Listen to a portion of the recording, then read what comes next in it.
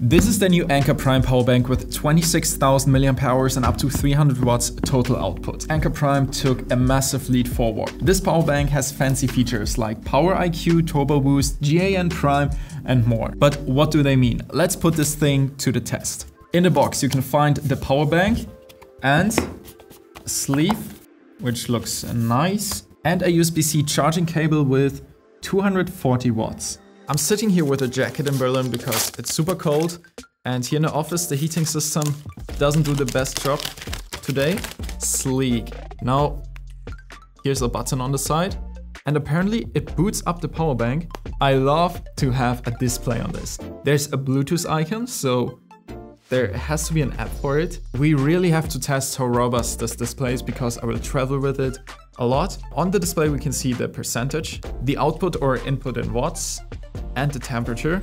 On the top we can find two USB-C ports with a total output of 140 watts each and a USB-A port with a 22.5 watts total output. We can use all of them at the same time with up to 300 watts output.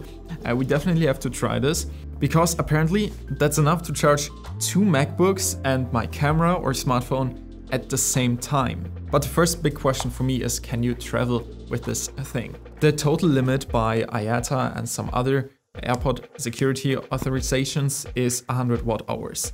This power bank has 99.75 watt hours, so you can safely travel with it. And given the options we have on this power bank, it's not too heavy. Just keep in mind if you travel to keep it in your carry-on luggage, because in your check-in bag it will be removed. The funny thing is, we can use both USB-C ports to charge the power bank at the same time. So it can have two 140 watts input at the same time, so we can charge it with 280 watts, which we'll try right now. But first, we have to make this thing empty. I started to charge my iPhone and MacBook at the same time with USB-C cables. The power bank displayed around 91 watt output for the MacBook, and it actually got around 88 watts peak. Now the power bank is fully empty, and I just noticed a really nice thing. Sometimes power banks tend to get charged as soon as they are empty. So if the MacBook has a higher voltage, it will usually start charging the power bank, which is pretty bad. But that didn't happen. So the power bank is empty, and to charge it, I now can plug it to a wall charger, which I'm actually going to do. But first I'll take it home, and we're going to do that right now with two really powerful wall chargers. With Turbo Boost dual input, it supports up to 250 watts input when you plug both USB-C ports into Anker's Prime power bank. So we went from 0 to 35% in just 10 minutes. Then it throttles down to still super fast 160 watts input to conserve the battery's lifespan. Overall, we got from 0 to 70% in just about 35 minutes. The full charge took about an hour. So even if you forget to charge it overnight, you can just plug it in while having breakfast and it will be ready to go. It was time to download the app, and the power bank just showed up within the app, so I just connected it and a firmware update showed up. And I find it pretty impressive to be able to put a firmware update on a power bank. And the visuals also are really funny. As you can see, there's a dedicated icon and update bar for the firmware update itself. The app looks super interesting. You can see all the output and input data, which is interesting. But what I just found is here, and this is where we can create a custom charging mode. I just created one called Chill because on C1, on the first USB-C port, I want it to be a bit slower, like enough to keep my MacBook alive and still slowly charge, but I don't want it to rush or to quickly charge my MacBook. And when we go back, we can also go into the settings, and here we can adjust the brightness of the screen. So right now it's 100% of screen brightness, and we can put it to 30 to save some battery, but I still leave it at 100. And what's super interesting, I never saw this before on a power bank, we can see the battery health. So currently it's excellent. We don't get an exact percentage of the battery health, but it says it's excellent. So I can be sure of these 26,000 mAh, I can use most of it. Inside this little block lives Anker Prime 2.0, apparently Anker's most efficient charging system ever. It supports every major charging protocol out there, so no matter if you charge your DJI drone, your Lumix camera, your Apple MacBook, your Windows device, it will work. And with PowerIQ 4.0, the Powerbank literally thinks. Every 2 minutes it scans all the ports and actually redistributes the power to the devices in real time.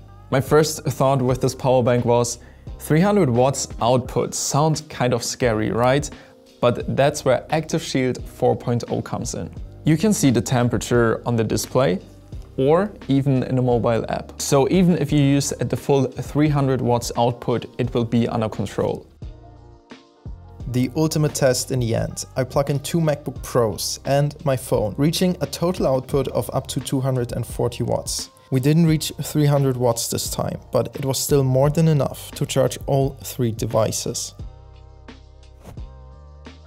Anker also sent me the Prime 3-in-1 wireless charger. It delivers up to 25 watts with the new QI 2.2 fast charge standard, plus 5 watts for your AirPods and 5 watts for your Apple Watch. So your whole ecosystem charges at once. What makes it different is the active cooling system inside. And you can switch between sleep, regular and boost modes, right from the little display which has a touch bar, which also shows power, temperature and the remaining time. This accessory makes my desk complete.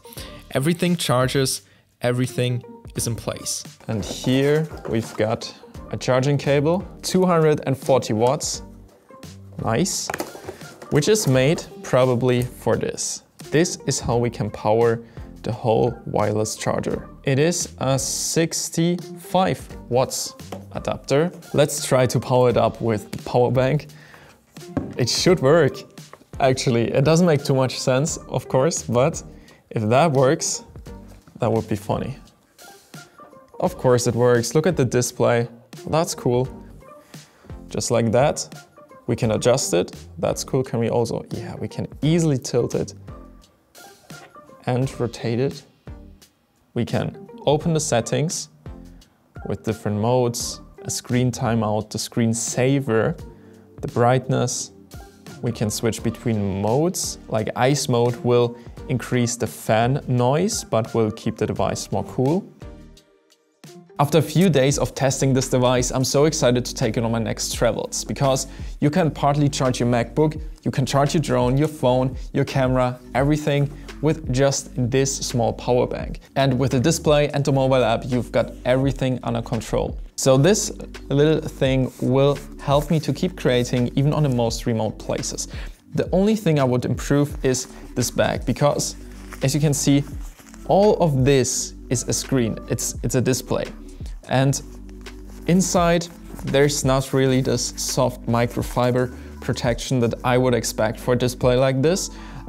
That's what I would improve, but everything else I'm just so excited to use on my next travels. And good news right now for launch, it's 20% off. So you can find the link and the discount code down in the description. If you want to see my next travels with this thing, make sure to subscribe and leave a like.